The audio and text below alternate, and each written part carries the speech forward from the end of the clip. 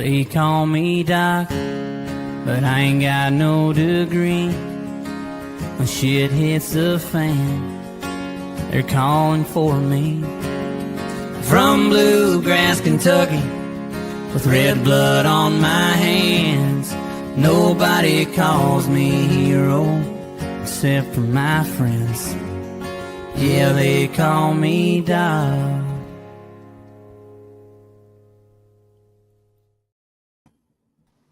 Welcome, brothers and sisters, to another episode of Sick Call with Doc.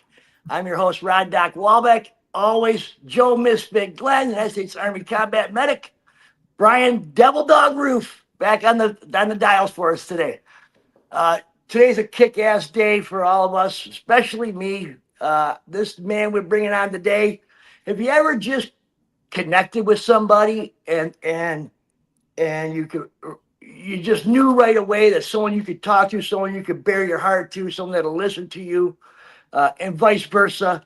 I'm just so happy that we could bring somebody out of our fan club. Right. The president of the Sick Call with Doc fan club, United States Army radio equipment operator, Peter Klinger. Welcome to the show, brother. How you doing this morning, Rod? It's been a long road to get us here, buddy. Yeah, we walked a little bit on this track, didn't we? Yeah, this ain't work. I can't hook up this, that, and the other. You know, it's like, can we get this done with Peter today or not? You covered it well last week. All right. Did we lose Peter? I'm good, man. Oh, there he is. Now you hear you.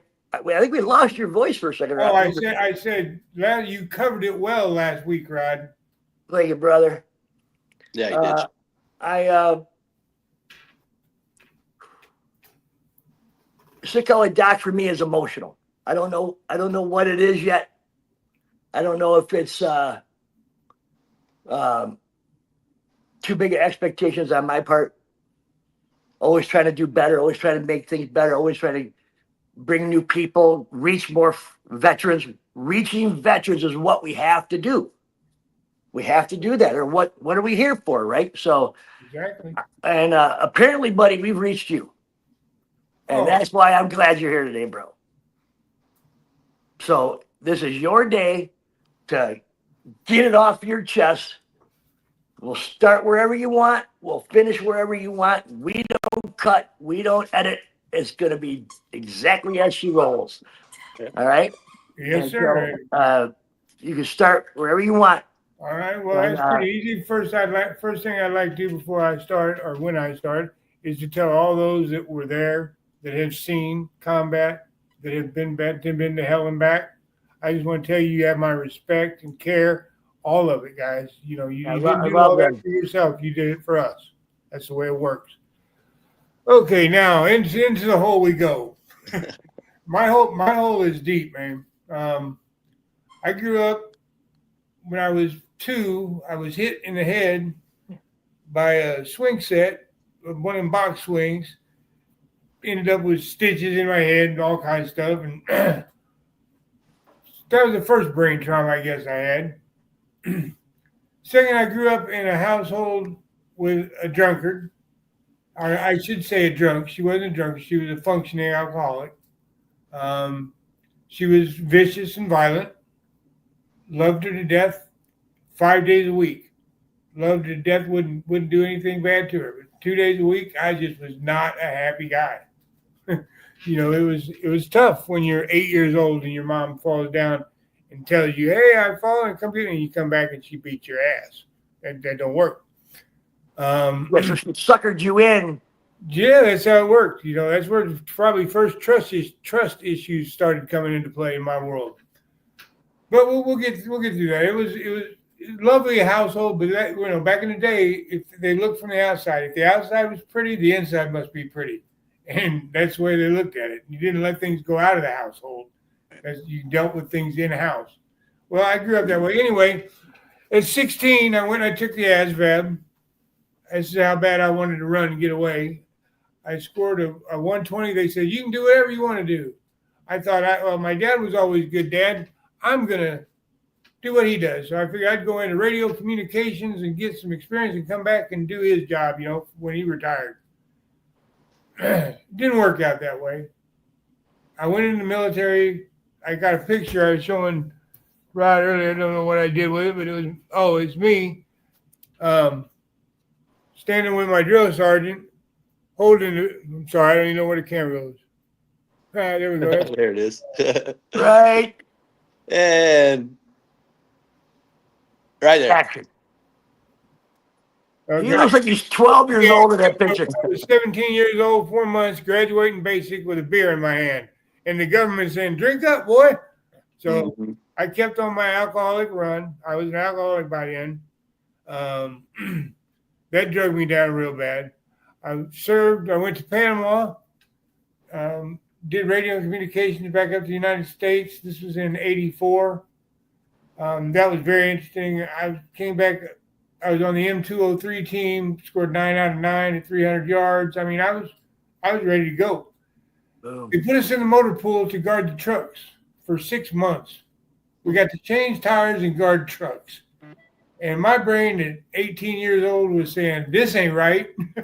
So I went out and I was drunk, of course, smoked a doobie, got a Article 15, said, you do that again, we're sending you home.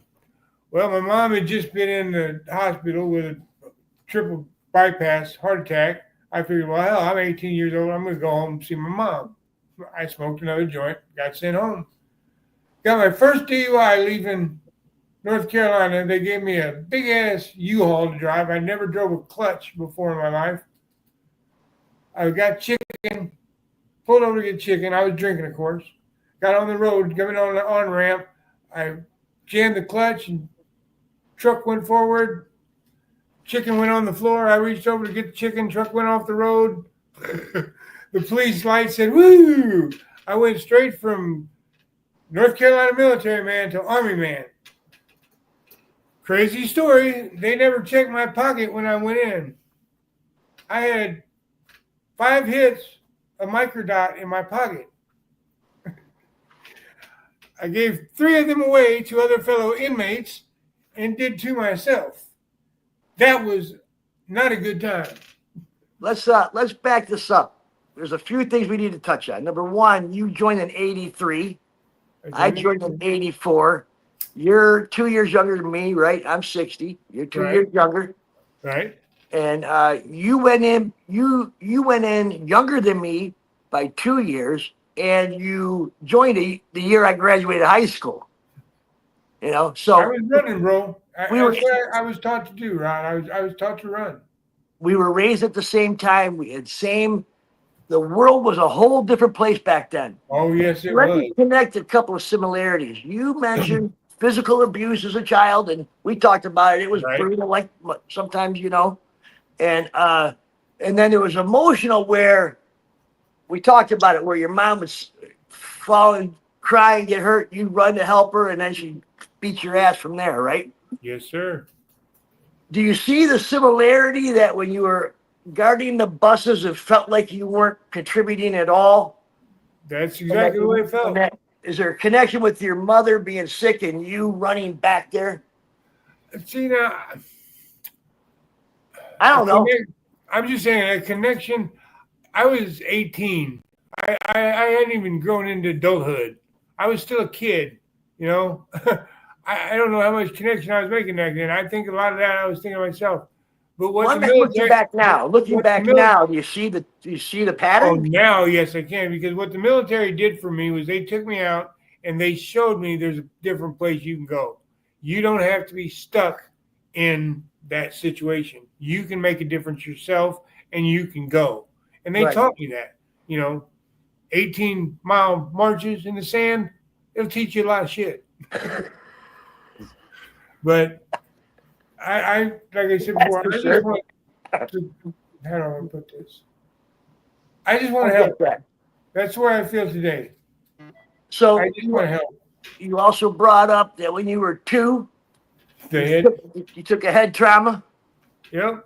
My brother used to stand out in the middle of the road. I had a bad life, bro. My brother used to stand out in the middle of the road and vote for the other guy to beat my ass. It never worked. That's the brother for you. They call that tough love, Peter. Yeah. I'm telling you, bro, it was tough love to death. I've had my share. That's what I said. When I made this decision to change my life and to give up drinking, I made a complete decision. And that's when I started to understand things, is when I started to get back in my own brain without alcohol, without confusion, and start to think about things and how things could go. And it took me years to get to the point that I even went online and stuff. And then I swear to God, it was just to help one fellow individual in this world. One person out of the 350 million in this world made a huge difference to me. And he introduced me to Rod. Then I got introduced to Joe. It was a wonderful thing. And it was kindness. That's all it was kindness. If the world could get a little more kind, we'd be a lot better off, bro. That's just my opinion. I wish everybody just sit down, smoke a bowl, relax for a minute, and calm down. Agreed. Help the people that need the help. And right now, as Rod knows, as this group knows, is the American veterans. They need the help.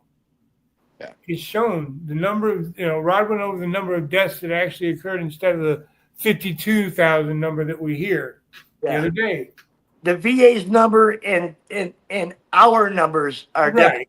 Yeah. They're different. It's just, I don't want to get too far into government control, but MMIC, the military medical industrial complex, is rude, brother. And they treat veterans rudely, or a lot of them. They treat some of them excellent. I will give you that.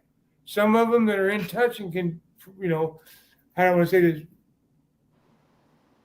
Give themselves, give of themselves to the military. And then when they get home, they can come back and they can say, this is what I deserve. Those people are up. But the people that come home that are messed up, that don't have the ability to go out there and argue for themselves, or the fear that they'll get in trouble, or, those are the gentlemen that need the help that you have to offer. And I'm willing. And I hope a lot more people are. Well, I think we need it. I think they need it. And the trouble is most know there's something wrong, but they don't know where to turn. I mentioned the stat, right.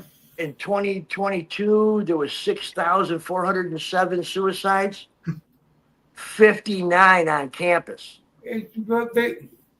I'm sorry, I'm going to get here. I'm going to say this, edit it or not. They don't see a future.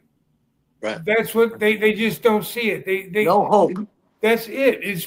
Believe me, I go to a place, right 2 miles from here. I go to therapy every week on Wednesday morning for depression and shit in my head, and once every 2 weeks to see a counselor. You've got to reach out, and we are trying to reach out. But it's tough for people to take a hand sometimes. Well, if I may, I think let me ask this. Perhaps one of the big problems is the contrast between who we were, who we had become, and what we had accomplished to what we are now. We can't see it's all the same person. We're just adding to it, but we end up, it's that contrast between what we used to be and what we are now. How could we ever accomplish anything? How could we ever get better with all of my issues, all of my problems, right? We start getting into this mode of just bringing ourselves down on, I am so fucked up, I'll never be better, right? We need to have this thought like, I'm going to get through this too. I've been through some tough ass shit, including healing. Healing is messy, and you got to get after it. You got to get messy with the healing. It's all about how much you want to heal, dude, period. I heard this last night on a show, and it was unbelievable to hear, knowing that I was going to be doing this. The gentleman said, they train you to kill, and they send you off to war. But when you come home, why don't they train you not to kill? I don't know. I don't think they know how. That's the point, though. Why don't they? I mean, they know how to train you to kill. Why don't they train you not to kill? I mean, they just bring you home and send you out on the streets. And it's a completely different world. That's what he's making. Why don't they train us not to kill? You can't tell me that the upper echelons of our military, every branch, has no idea what a service member goes through and transition out. You Right. can't tell me they don't have some idea. They do. So they're derelict in their fucking duties. There you go. And see, that's where the care comes in, Rod. If they don't care, if they cared enough, they wouldn't be derelict. Well, you're not active no more, and that's where they are, so you're no longer a part of their world, so see ya. Yeah. Just a number. I call them widgets. Widgets? We can be replaced. They're just like widgets on a board. Yeah. Mhm. Yeah. So let's back up. Oh, by the way, guys, just to let you know, I can't be replaced. You can't be replaced? No. No. Ain't nobody filling this spot. Speaking of that, neither can Ozzy Osbourne. All my love out to Sharon and the kids and everybody who loved Ozzy and knew Oz. I feel so bad. And Hulkster, Yeah. he found he just got baptized like a few years back, man. He found his Lord and changed his life. And I feel bad. My son was a big Hulkster fan and all that shit. Anyway, it's a quick little shout out We're to getting to that age, Rod. Yeah, Ozzy was 76, right? We're getting to that age, man. Yeah, he All was the people 16 we years grew up older loving than are me. like, what happened? Why that? Yeah. So let's back up just a bit. There was a bunch of the house was pretty on the outside, and it was ugly on the inside. Yes, sir. But no one knew that because back in the day, Mm-hmm. I wasn't allowed to hang around kids who didn't get their ass beat by their parents. Yep. They were undisciplined children, and you're not going to play with them. And no internet. And I was the worst kid on the block. Like, yeah, okay, mom and dad, you know. Anyway, Yeah. So the mental abuse, the physical abuse.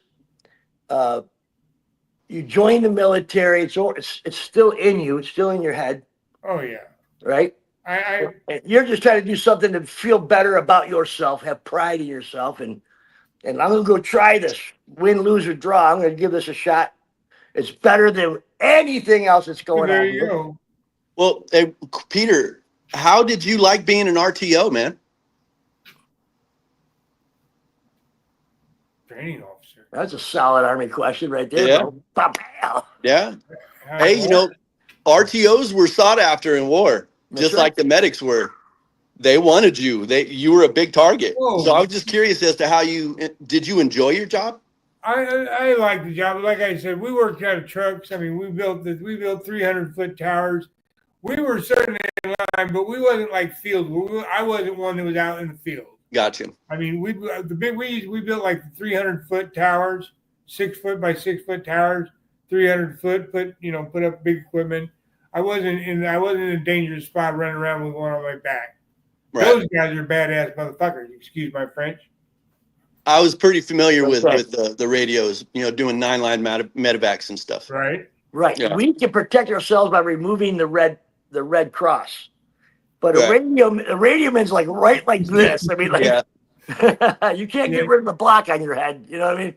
Right. Oh yeah, we set up when we went and played. Like when we went to Panama, we had to set up guard duties. Stations certain amount of distance away from the units and make sure nobody came in across the lines. But it wasn't wartime, so it was different. Did you You didn't have that. We had to do it, but we really didn't have that fear that something was coming. Right. and you felt a bit of disappointment sitting there guarding buses in a parking lot. Oh, the motor pool. We changed tires and guarded buses for 6 months. I was like, no more. Yeah. It's like working in a scullery doing dishes for 6 months. Like, what am I doing here? I couldn't change another tire, bro. That is it. My point. Yeah. I imagine that could be disappointing if you were. My time as an infantryman. My time as an infantryman, I called myself an 11 everything because we literally did every job that there was out there in the military. We did it all, whether it be KP or mowing the grass. I was a grenade operator. I love that, blowing shit up. Yeah, 203s. Yeah. I actually got to shoot the M79 Thumper from the Vietnam era 203. It was fun. That's It'll knock your shoulder off though. They don't They don't emulate that in the movies, but that thing will take your shoulder if you ain't careful. I believe it. Yeah. Yep. So you got Back out to the the milk. issue. Oh, Back, Kevin. I just gonna say back to the issue. I wanted to get back to this for a second and let anybody know if there's anybody around me, if there's anybody that wants to talk, my email address can easily be found. It's pjajlk777@gmail.com. If you want to talk, if you want to yell, if you want to scream at somebody, I'm sure we can work it out. I will be there to listen. I will not judge. I will do anything I can to help. I'm not able to do a ton, I'll be honest, but I can listen. So if you need somebody to listen to you, you need somebody to care, all you got to do is reach out. I got it. Well, you're definitely older than most of the cats that came back from Iraq and Afghanistan, most of them. Right. And you have a way with words, man. And you get right to the root of things that can make somebody laugh out of nowhere. Your one-liners are primo, brother. So definitely, there's a person wants to get something out their chest. You can call Peter, and he'll listen and then say a couple of things that'll just bust your ass right open, and you just go to bed feeling good that night. It's a true story. We did an art show at this where I go for therapy, and one of my pieces in the art show was a huge American Heritage Dictionary, about that thick, and I put in there. I said, "Future Communications App." All right. Instead of everybody online, they'll be looking up words and say, "What do I want to tell him?" We'll get back to this someday where people actually use language and stuff to talk instead of thumbs. All right. Thumbs up. I like you. So we talked about it. You had a bunch of different jobs. Never did the same one twice. Just like me, man. I went from that to everything I did in my life was a different field altogether, starting new.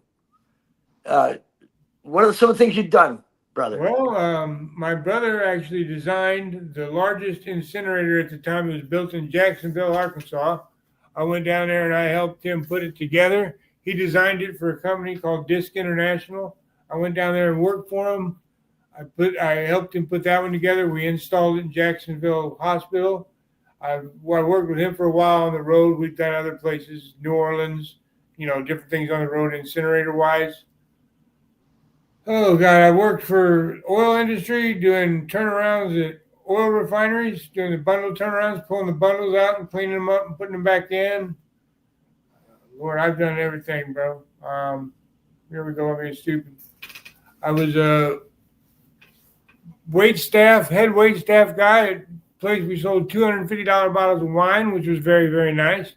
Peter was a fine dining waiter, y'all. There you go. Well, head of the wait staff at a fine dining. Head of wait staff. I mean, like what? You got to set the schedules. You got to do, and people like you a little more if you got to set the schedule, guaranteed. Yeah. Well, you know how to set a table. There you go. Fork, knife, fork. Right on. Yeah. I was amazed by all the stuff that he told me he did. Like, you haven't done one thing once. He goes, no. I go, Went for an energy company, went up to Canada, did a turnaround up in Canada. But actually a cleanup is called. But most of your life, jobs and women and all that stuff, you were always hitting the bottle, were you not? Oh, I was always a drunk. Let's put it this way. I was a functioning alcoholic for a long time. And then at the end, whenever I started falling off the edge, I was a non-functioning alcoholic. And it's odd. 1 second. Yeah, alcohol, boy, I'll tell you what. It's put a big hurting on a lot of us veterans, man. I was getting solar installed, and they was putting in the fuse panel downstairs, and in the attic, they found this. They found that just recently. You've been sober how many years? I've been sober for 8, but they found this up there. This is when I was a kid, bro. It was in the attic of my basement. So you live in the same house you grew up in? Yeah, they got a drop ceiling. Mm-hmm. It was up in the drop ceiling of the basement. And this is what I used to drink. 1843, 100 proof. Get you smashed quick. But that's how long it was up there. It just reminded me of how much I used to drink. Finding that bottle was like a reminder. You used to be an idiot. Yeah.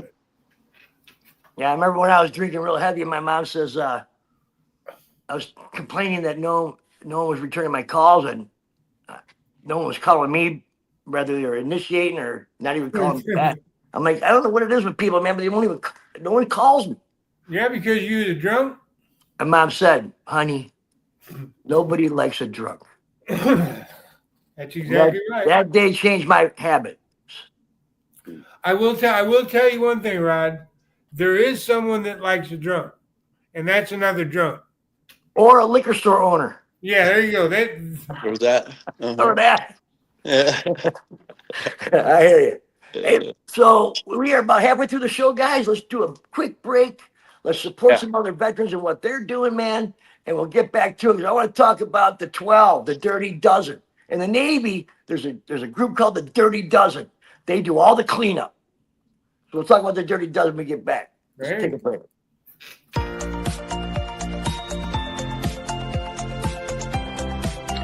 Hey y'all, Hot Rod Wally here. Finally, a revolutionary nutrient line that puts the needs of you and your plants first. Easy to use, forgiving, tweakable, versatile, and clean. Utopic Essential Nutrients blends only the most refined raw materials, the perfect blend of plant hormones derived from kelp, along with silica and humates, makes Utopic a powerhouse plant food. From commercial industrial growers down to our beloved hobbyists. Come discover our truth at www.utopicessentialnutrients.com. Come get them. Are you ready to be inspired by incredible stories of veterans, active duty military members, and first responders? Join Marine veteran Brian Roof on Every Days of Saturday USMC veteran as he dives deep into the lives of those who continue to make a difference. Hear firsthand experiences from front lines to civilian life. Discover the strength, resilience, and triumphs of our heroes. Gain valuable insights and practical advice for navigating life's transitions. With every episode, you'll be uplifted by stories of courage, determination, and hope. This is more than just a podcast. It's a community where every day feels like a Saturday. Subscribe now on Spotify, Apple Podcasts, or wherever you listen to your favorite shows. Don't miss out on these powerful conversations that will leave you inspired and motivate us. Let's go.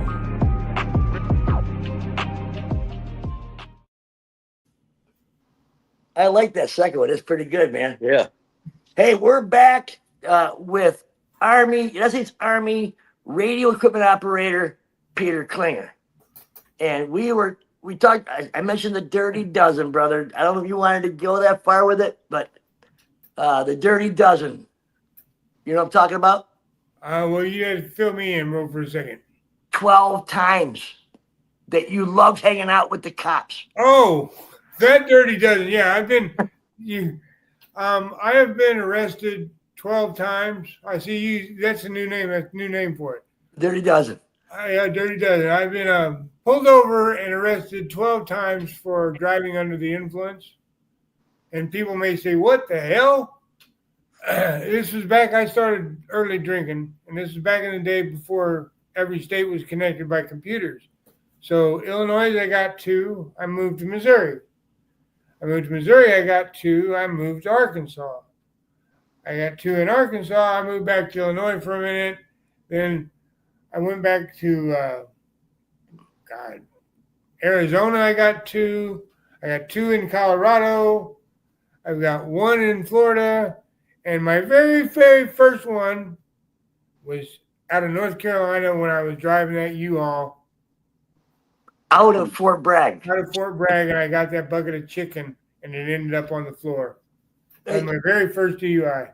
So it's safe to say that alcohol for most of your life, except the last 10 or so, 8 or 10, has controlled your whole life. Oh, all of it, bro. And all of it was drowning in the pain of childhood. If there's women out there too, especially, and they'll know who I'm talking about. Susan is one. I messed up relationships, it was with the best women in the world over alcohol. Alcohol will never take you to a good place. It may get you happy for a minute, but it's never going to drive you down the road to a good place. Never. You know, if you become an alcoholic. Like I said, if you can handle a beer or two and a shot of whiskey, whatever, be glad and thankful. But when you start feeling that urge that you need to drink, see somebody. Because you if you catch it early, you'll be a hell of a lot better than catching it late. Yeah. When they came into my house, I was here at my home and I was drinking. I was drunk. I'm sure it was on whiskey of some kind. And the police officers pulled up in my cul-de-sac at last house on the road. And I opened the door and told them I don't need the police here. Get the F off my property. Go away. Close the door. They knocked on my door. I went to close the door. A footstep stopped me from closing the door. The door opened. That's the last thing I remember. I in a coma for 12 days, died twice. I've spent the last 8 years getting back to this point. I had to relearn how to eat, how to breathe, or not how to breathe, but how to eat, how to drink, how to everything, how to breathe. I knew how to breathe. Yeah, that happens. That's kind of involuntary. Yeah, that was one. Well, died twice. It must have thought about it at least 2 times while I was in a coma. right. So what happened though was somebody who do you know who it was? Somebody must have called in because they were there to do a wellness and health welfare check. Yeah, I don't need no more police officer welfare. I need no more. Yeah. All right. So he has no idea what happened to him, but he was in the hospital in a coma for days. Wow. And I since then I've been working back, and like I said, I decided at that point I would never put myself in that position again. I would never let myself be medicinally, alcoholically out of bounds of my thoughts. Gotcha. And it's amazing because living life is a whole lot better. Well, I imagine sucking down them bottles of 1843, bro. Well, that's what I'm saying. Your brain gets pickled. Living life is so much better. I mean, I never did it for years. I always escaped it. Escape. That's why when I tell the veterans, I give them my email address and I tell them escape for a minute. Escape. I'll be there for you because I used to know how it was. And if I can give somebody the alternative to picking up a bottle or drink or thinking something even worse or thinking they're all by themselves and there's no one that cares in this world, so what the hell does it matter? I want them to email me because I let them know somebody cares. There's 350 million people in this country. I guarantee them one cares. And I know 2 more right there. Yep. The guy sitting in the back, we got 4. So that's right. Brian's number 1 in this group, buddy. And everybody in the audience, they care because they care to be here. Yeah. Let's grow it. I mean, I know you was talking about shutting down and opening up. I don't know how much it costs you to do this, but I think it's a fantastic thing. Just time, brother. Just time. I'm only one person, but I think it's a fantastic deal. I think if you save one person, it's worth whatever it costs. Well, I know 30-some guests who freaking love being on. Well, that's what I'm saying. And I need to focus on the positive stuff, the good stuff. And they liked it, and they felt better. And you've said this before. They felt like something came off their shoulders. And that's what it is, bro. Carrying weight. That's what I you think do. what gets disheartening sometimes is you're churning the wheel this fast, but the other wheel is the fatter one. That takes you're pedaling like a mofo here, and the other wheel's slow. You know what I'm saying? Tick tock. It's just that.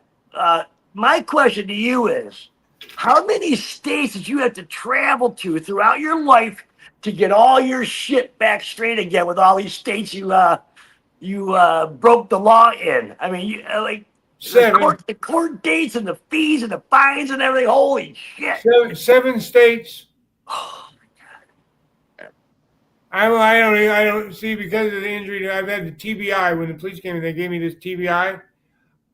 My memory, I forgot 7 years from when it happened. It's gone. And now I have memory issues that I'll remember things for a couple of days. If I write it down, I'll note it. but it takes me a long time to get to know people. And remember, I called the guy at Centerstone that was one of the therapy guys for me. I called him Fred for the longest time, and his name's Chris. Nice. But they understood what I was going through, so he just let it roll. But he's a really good girl dude up there. Well, I'm certainly glad you got that well check. Oh, I mean, it was messed up, but it turned me in the right direction, bro. It did. Yeah, Turned yeah. me in the right direction. yeah. And so that was your low point. I mean, I've been to AA meetings where I've heard guys say my low point was when I was snorting white stuff off a lady of the evening's gluteus maximus in the rehab church. It's like, what? So, everybody's bottom is different, I guess. And I'm glad you hit the bottom, so you're here today, man, being my friend. So am I. Like I said, it probably broke something in my brain, but you guys talk for 1 second, would you? Okay. Sure. I just need to set something outside real quick. Okay. Yeah, man. That's a crazy little story there, dude. Yeah, I couldn't believe the guy came out of the guy's mouth. I'm like, holy crap, in the church, bro. Yeah, right. Wow. He got busted, and that was having to tell his mother that story. Right. Apparently got humbling. Yeah. Oh, yeah. Oh, yeah. You know. I'll tell you, sometimes the most crazy things in our lives are what set us on that right path. And the guy probably had 5 other ones that you would think would be clearly bottom. Mm-hmm. Oh, and it's funny, man. I just saw a reel or something, and it was talking about rock bottom having a basement. Give me 3 minutes because there's a guy here that's an attic fan in. Go ahead. He was talking about rock bottom having a basement. Rock bottom has a basement? Yeah. I think that's where Peter was. He hit That's the basement. profound, actually, bro. Yeah. It hit me, and I thought about that for quite a long time, and I was like, wow, that is a fact, man. It does have a basement. Yeah. That reminds me when I was a Medicaid worker at a hospital, and we had 2 psych units. There was the basement, and then the basement of that basement. Yeah. Yeah. That's too bad. I'm at basement 2. I haven't seen this person in basement 2. Fuck. Yep. Yeah. Now that's rock bottom. That's where I had a very, very tall African-American man dressed in a dress walk right up to me and go, I mean, I'm like this. And he goes, in a girl voice, boy, you're a cute white boy. Oh, man. I'm like, oh, shit. And the nurses are like, Jerome, leave him alone. And blah, blah. Yeah. I'd have just busted out laughing, dude. I wouldn't have been able to contain I was like, myself. oh, my God. That's awesome. Yeah. Hey, Peter. Oh, we got his roof. There he is. I had solar put on my roof, and a guy just showed up to put in an attic fan. So I had to get out there and show him where the garage was, and wouldn't you know, after everything, he shows up exactly when this is going on. Well, the beauty of Sicko with Doc is it's a proven example that fucking life happens. Yeah. Life and it's happens. Uncut. Man. Yeah, so you got clear of all of that. You get through this well check. And we talked about it. You don't know if you got stupid with them and they put the boots to you. You don't know anything. You remember them putting their foot in the door, and then you wake up in a hospital bed days later. And this is one thing I do know. I was charged with nothing. Well, they needed to get some aggression out, so they were thankful for you. They thumped the shit out of you. I'm not going to insinuate anything. It's a joke. No, like I said, I was charged with nothing, though. Yeah. They usually charge you with something. You must have fell a lot of times in the... Oh, yeah. Broken rib, separated shoulder, TBI, traumatic brain injury on a carpeted living room floor. That you've lived in your whole life, the same place. Yeah. Well, Just the way things work. I just have to let that go because it's just that's negative. let's talk about post sobriety. Post sobriety, brother. After sobriety, what's it been like these last 8 years? And You care how did you about get to here? things. You care about things. It's amazing when you're an alcoholic or any substance, I'm sure, and you doing it. You don't really care. You care about your next drink. You care about your next fix. And that's what you care about. And when you ain't doing that, you can actually care about other things. You've got a little care to spare. Care to spare. Care to spare. I like that. There you go. When you ain't wasting it on all that shit, you got a little care to spare. Yeah, right. Write that shit down. Let me write that down. Yeah.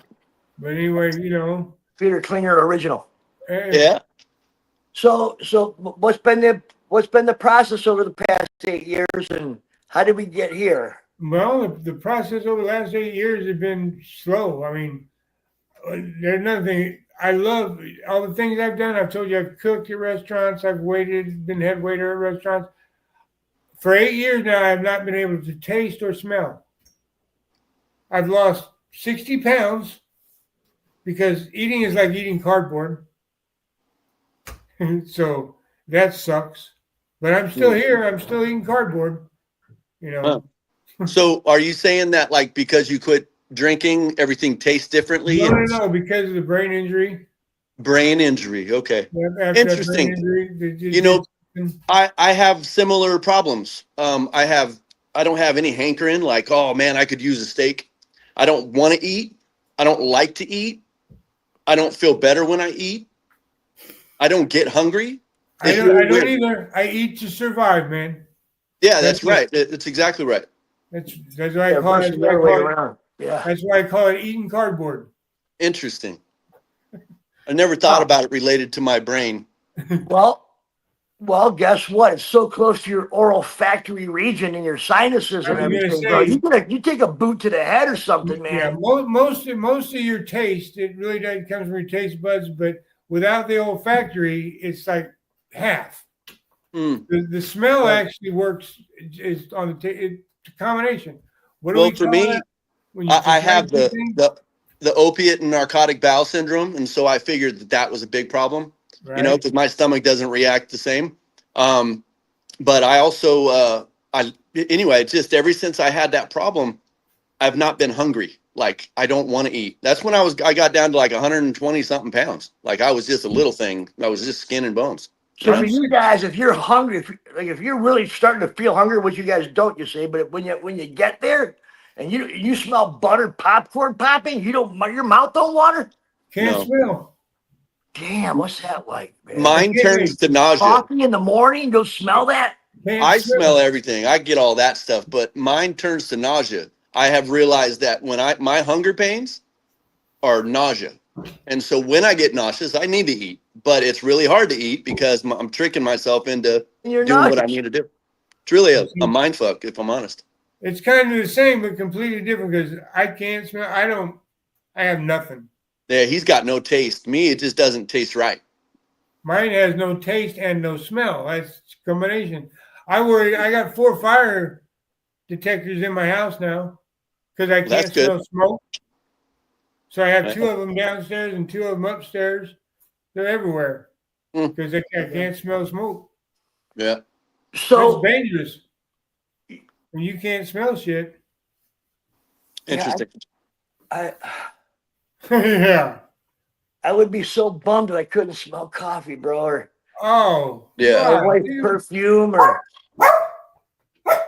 anything. What that's like. Well, but I was going to say is after I quit drinking, I noticed that all of my tastes changed as well. Did they really? And so that's why I was wondering if it was from the drinking.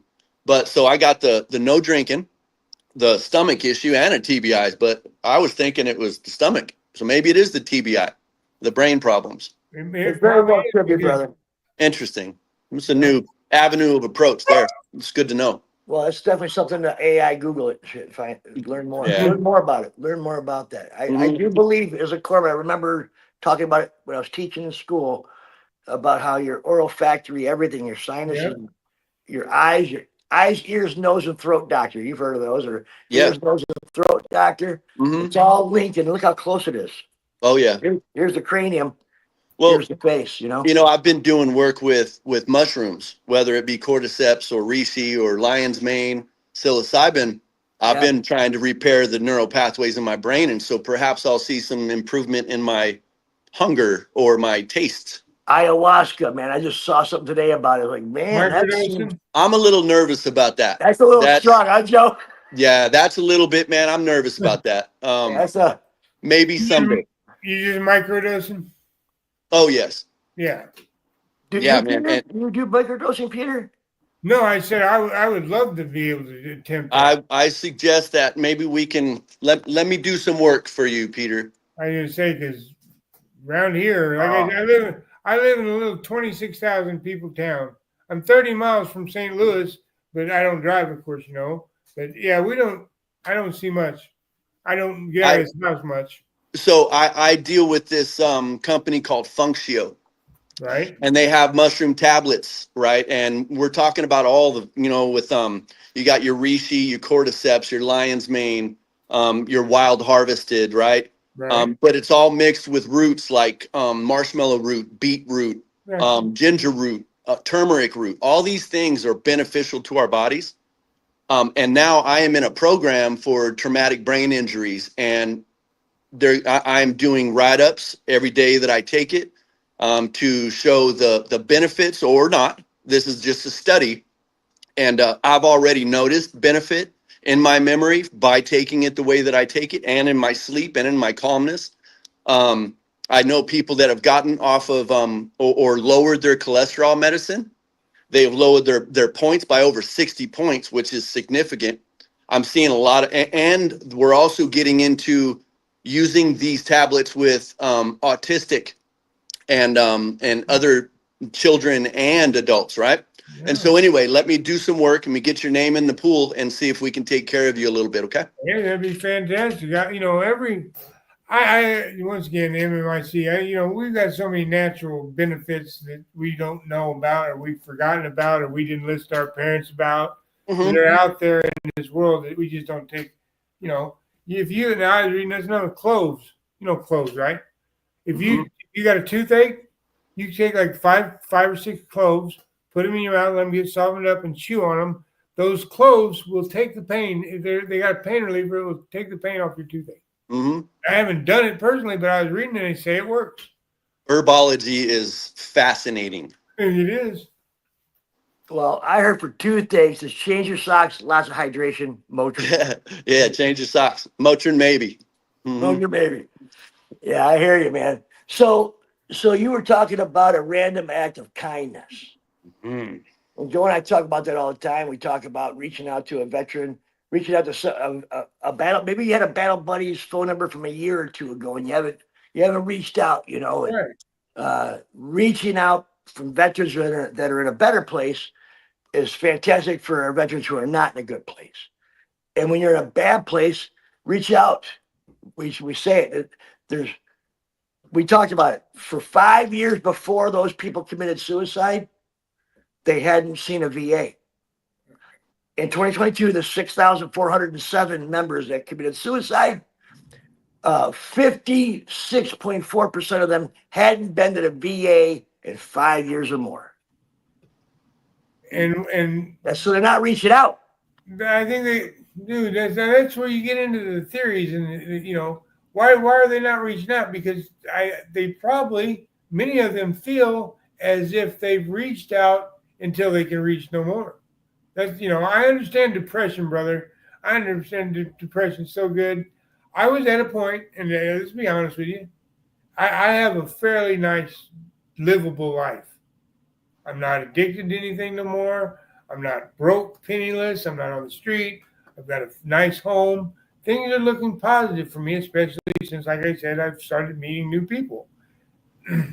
But I was at a place where I thought about it frequently. I mean, frequently. And I set up ways to do it. And I still have two of them, one in my medicine room cabinet and one in my kitchen cabinet. They're still there. Because that emergency, you never know. When you get to this point, you never know if it'll ever come back. And I'm being honest. I said that's why I said this might be as good for me as therapy as it is for anybody else, because you know how bad things can get. If you've been in that depression and you've been to that point, you know how deep the hole is. And a lot of times it's like there's no way of crawling out. And like you just said, Rod, somebody needs to reach a hand in that hole and pull them out. Because So let me ask you had those thoughts in the last 6 months? None of actually committing that I'd be better off. A couple times. Depression's a wicked bitch. Depression sneaks up on you, and it gets you and it draws you in a little bit farther. And before you know it, like I said, you're in a hole. And it's a hell of a hole to climb out of, and you need people with you. You need to understand that if you start pulling that dirt off the walls and putting it at your feet, you can eventually dig yourself out. But it's a lot easier. The struggle is real and it's daily. It's a lot easier when you have help. And well, one thing I wanted to mention is we started this one out with the random act of kindness. Okay. Now, a random act of kindness could be reaching out to another veteran. And I suggest that as veterans, we need to do that. We're the only ones who are going to fucking do it. Okay. There you go. But to start off small with the random act of kindness is anyone. If you're self-isolating, if you're in a home, you don't get out to do, said random act of kindness, talk to people just like what you did, Peter. You said, if you have a problem, call me. Here's my email. Here's Messenger, whatever you do. That is a random act of kindness. And that's all it takes to start a beautiful thought process to get you out of your hole. And to be honest, they start smaller than that, bro. Yeah. And by starting small, you build up. You build up to get to being able to pull somebody out of their hole. Because we're in holes too ourselves. You can't quite help if you're in the hole too. Okay. I'm trying to tell somebody that's in a hole, do those. Go out and do those little acts of kindness, because you will not believe how much it will help you. It will help you by holding the door open for somebody that needs to go through it. It will help you more than it will ever have helped them. Right. Realizing that you have impacted somebody else's life as simple as opening a door for them. As simple as being courteous and letting somebody, I think a key to it is that you have to do things that make you proud of yourself. Yes. That's what I'm saying. When you do something for somebody else, and I don't mean throwing sticks at people. You don't do that. Right. But when you do something for somebody else, you feel better about yourself. It's just basic. Mm-hmm.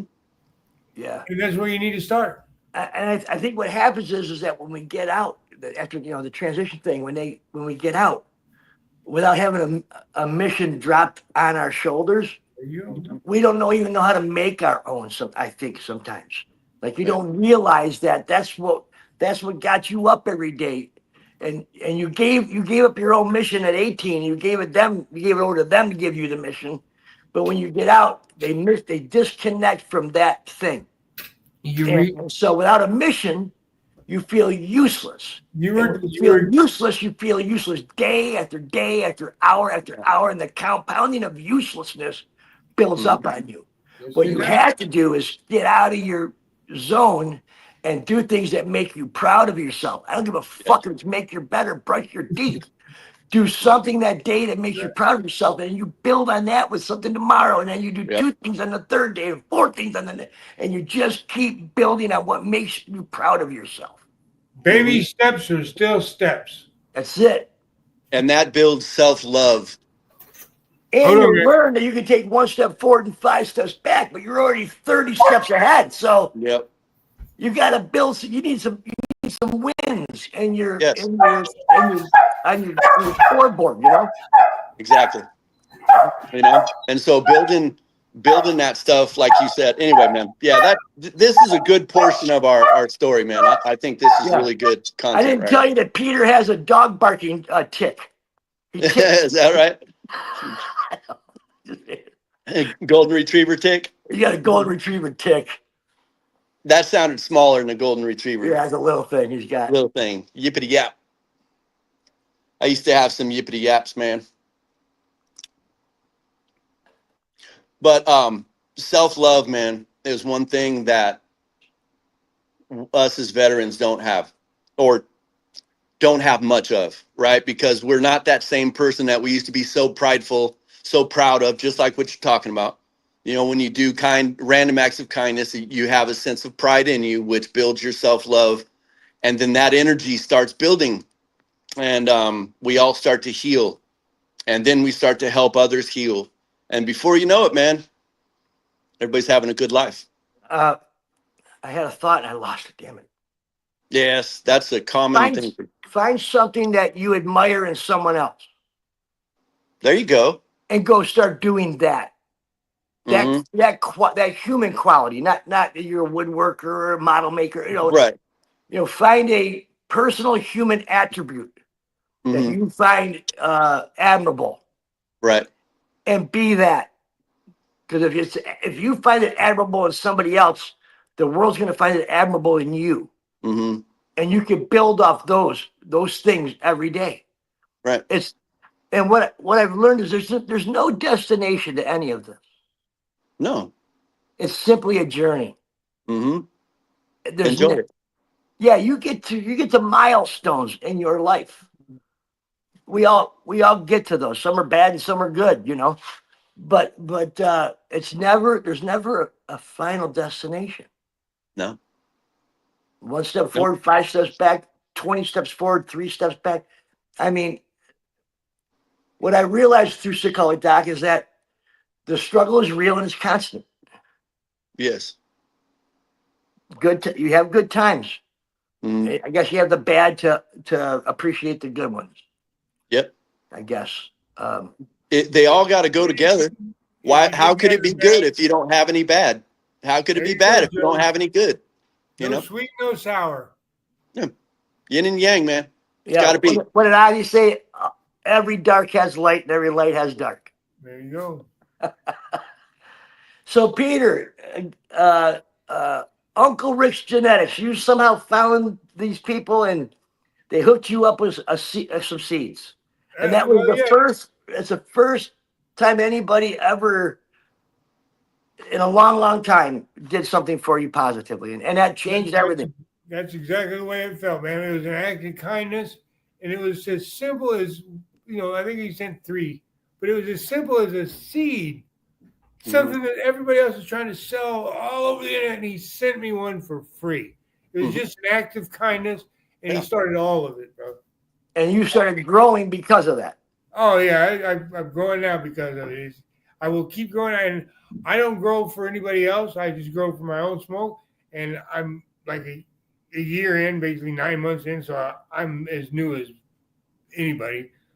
But I'm getting better, and that's all I'm going for. I'm going for better. And he entered every utopic essential nutrients giveaway he could possibly get his hands on. Nice. How many times did you win utopic? Twice? I've won. Yeah, I 3. won twice. Now it's 3 times, right? And so Peter got utopic essential nutrients. He's going to get some seeds because you were the #1 fan with us, and we recognized you for that. You stayed that one live that Joe and I did. You stayed the whole time, bro. And, I appreciate you for that, man. And I don't know if she got a hold of you either, but the gal thanks you. Well, she's very welcome. So, and here's the thing, with that group of people I'm associated with a lot, with Uncle Rick's Genetics and Great Green Door, his motto is always cultivate greatness. Always cultivate greatness. And put it in the ground. What Peter did. He's got utopic. He only does a plant or 2 at a time. He's got more than he needs for a year or 2. And so he gave his winnings to another grower. Nice. Yeah. And that just shows me what kind of fucking guy he is. So, and I appreciate that. Thank you for giving it away to somebody. I just figured she'd be able to be good. It'd be good advertising for you. She knows some people. This gal, she knows some people. I just want to impress her. Well, that's all. That's one all at a time. I said, you do this. Don't go give nobody else. You use it. You do it, and you just tell them what you think. That's right. Show them the pictures or whatever. Proof's in the pudding. Proof's in the pudding. That's it. Yep. But that was very sweet and wonderful of you, brother. So I just, share the wealth. I ain't got none, but I'll share it. and you have no idea what bad day she was having the day she got that in the mail. True. You never know. She could have Like I been said, falling apart around her. What? Divine timing. Yep. kindness, bro. Right. And the chances are she's going to do that for somebody someday. She'll Something. remember it. She will remember being given that sometime. Oh yeah. So let me ask you, Peter. It's over 8 years coming out of your shell because of a random act of kindness. You got a bunch of people who really think you're an awesome dude, bro. In the Uncle Rick's world, you're thought of highly, man, because you ask great questions. You always are there. You're consistent, loyal. Let me ask you this. So there's a veteran in a dark spot, and other than reaching out, we've covered that. If you could just say something in their eyes, face to face, to help draw them back in with us or back into the world, what would you try to communicate to them?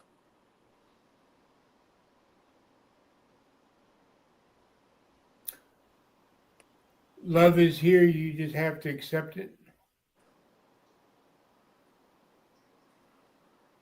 And then you just need to work on finding out what they need to accept it. What you need, I mean, that's just what you have to do. You have to, you can't say, this is what I found or what I find. You can't say one thing to every veteran. You have to understand what position they're coming from, Right. where they're coming from. Situation.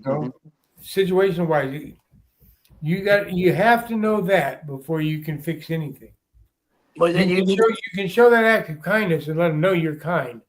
But if you really want to work on the problem, you have to know where it's from. And in order to know where it's from, you got to take the time to listen.